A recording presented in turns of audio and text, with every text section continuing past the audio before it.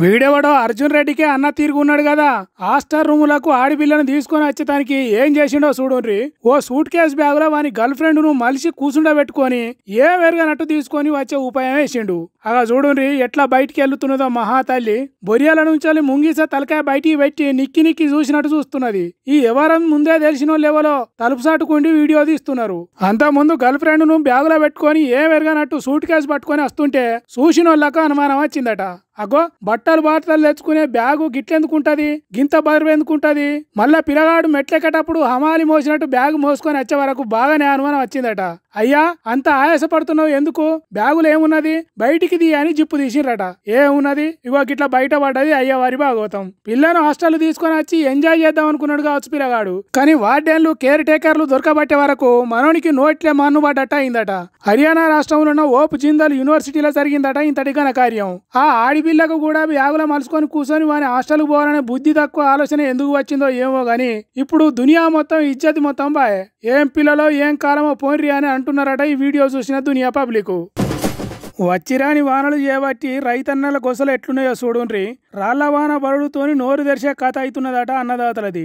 అగో అందుకే హరీష్ రావు సారు వడగండ్లు పడి వడ్లు రాలిన పొలాలకు అడిగిపోయిండు. తన సొంత నియోజకవర్గం సిద్దిపేట రైతులను కంటికి రెప్పతీరుగా కాపాడుకున్నటోడాయే. అందుకే పొలంలోకి దిగిండు. ఏ రైతుల పొలం ఆగమైంది, ఎన్ని ఎకరాల పంట పాడైపోయింది అనేది కాగితాల మీద రాసుకున్నాడు. ఆరుగాలం చేసిన చేత ఒక్క వానతోని ఆగమైంది అని ఏడ్చిన రైతులను దగ్గరికి తీసుకొని ఓదార్చిండు. మీ కన్నీళ్లు దూర్చేటట్టు చేస్తా బాధపడకుర్రి అని ధైర్యం చెప్పిండు.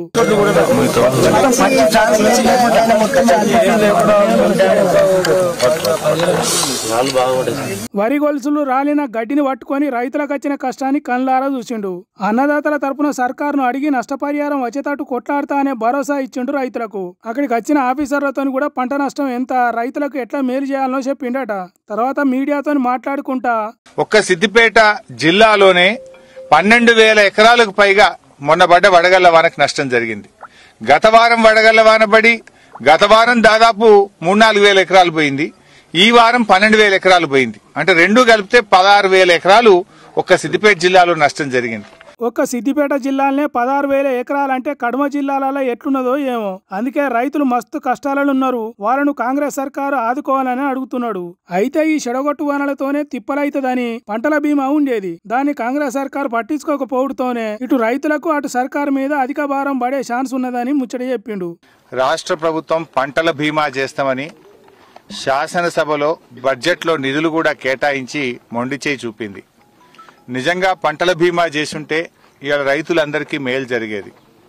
అసెంబ్లీలో చెప్పి బడ్జెట్లో నిధులు పెట్టి పంటల బీమా చేయకుండా రాష్ట్ర రైతాంగానికి తీవ్రంగా అన్యాయం చేసింది ఇవాళ కాంగ్రెస్ ప్రభుత్వం. పంటల బీమా బడ్జెట్లో పాస్ అయ్యి కూడా చేయకపోవడం ఇది రాష్ట్ర ప్రభుత్వం యొక్క తప్పు.